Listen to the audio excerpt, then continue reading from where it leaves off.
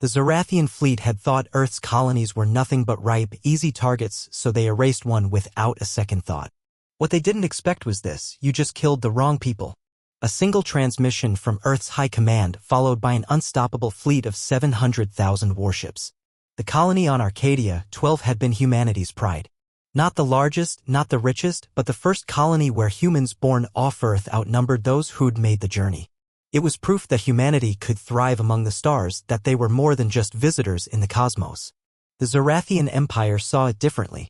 To them, Arcadia 12 was a symbol of human expansion that needed to be crushed. They arrived at 0300 hours colony time. By 0304, there was nothing left but radioactive glass where cities had stood. 1,300,000 lives gone in 4 minutes. General Turok stood on the bridge of his flagship, watching the cooling embers of what had been a thriving world. Broadcast to all human systems, he commanded. Let them see what defiance brings. The message reached Earth in 12 hours. The colony's final moments recorded by Zarathian cameras for maximum psychological impact. Children playing in parks, then nothing. Families sharing meals, then ash. The Zarathians expected Earth to break, to beg, to negotiate. They had never been more wrong about anything in their empire's 1,000-year history. In Earth's High Command, General Mara Hughes watched the footage once. Just once. Around her, hardened soldiers wept. Intelligence officers who'd seen everything broke down. But Hughes just stood there, her face carved from stone, her eyes burning with something beyond rage. How many ships do we have? She asked quietly. Admiral Taylor checked her tablet. Active fleet stands at 30,000, General. With reserves, all of them. General? Every single ship? Hughes turned to face her staff. The mothballed fleets. The museum pieces. The prototypes. The ones we said were too expensive to maintain. Every hull that can hold air and mount a gun. How many? Taylor's fingers flew across her tablet. The number that appeared made her gasp. 700,000, General. But most haven't flown in decades. It would take, how long? 6 months to make them all combat ready. You have 6 weeks. The room erupted in protests. Impossible timelines. Insufficient resources. The logistics alone. Hughes slammed her fist on the table. The room fell silent. They killed our children, she said, each word dropping like a hammer. They filmed it. They want us to see what they can do. So we're going to show them what we can do when you kill our children. 6 weeks. What followed was the greatest mobilization in human history. Every shipyard on Earth, Mars, and the Belt worked around the clock. Retired engineers were pulled from nursing homes. Students were drafted from academies. Civilian vessels were retrofitted with weapons. Humanity became a singular organism with one purpose: build the fleet. The Zarathians, meanwhile, celebrated. General Turok received commendations from the Empire. The human systems were quiet, clearly cowed by the demonstration of power. Some scattered reports of increased industrial activity reached Zarathian intelligence, but they were dismissed. What could a broken species do in mere weeks? 6 weeks later, Turok was reviewing plans for the next colony to erase when his tactical officer went pale. General, you need to see this. The scanner showed ships. Not dozens. Not hundreds.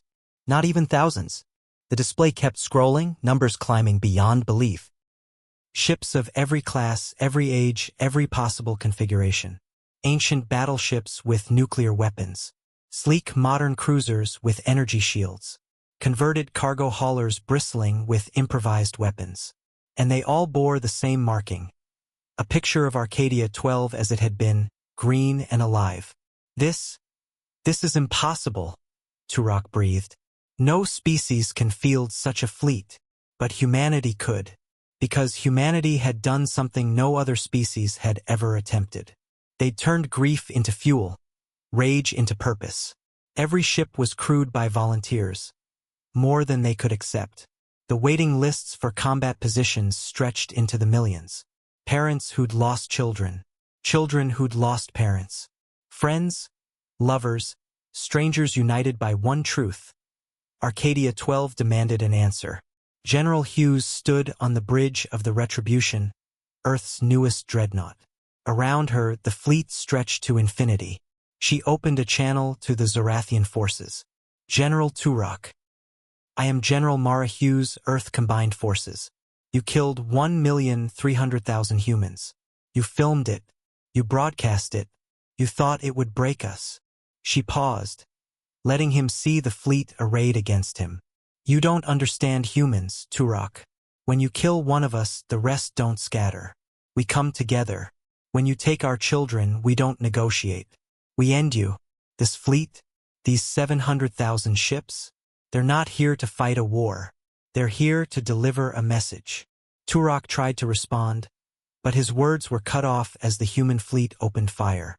Not a coordinated military strike, but something far more terrifying. 700,000 ships firing with the fury of personal loss.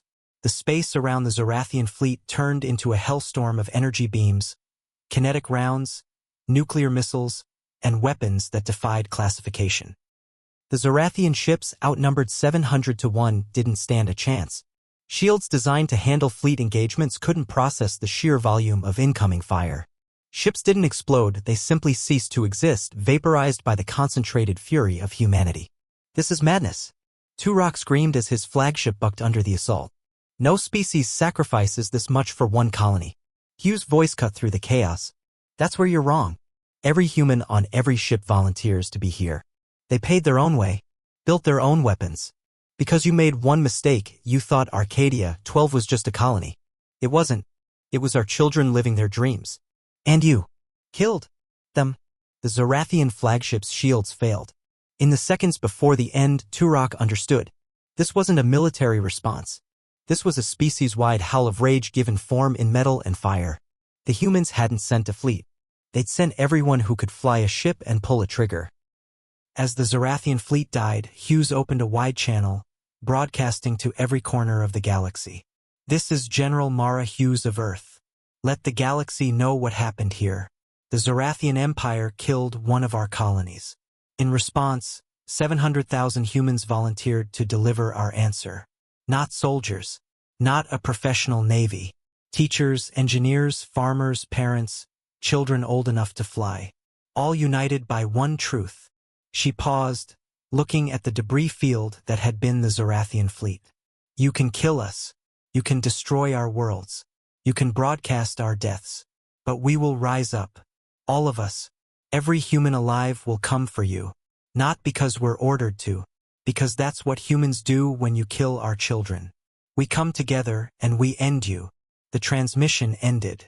Across the galaxy, species that had considered targeting human colonies quietly reconsidered. The message was clear. Humans might be young, might be scattered, might be technically inferior. But they would mobilize their entire civilization for vengeance. Back on Earth, the fleet began to return.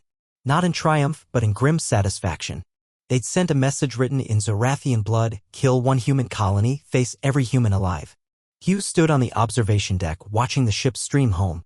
Admiral Taylor approached quietly. The Senate wants to know the cost, General. The economic impact of mobilizing 700,000 ships.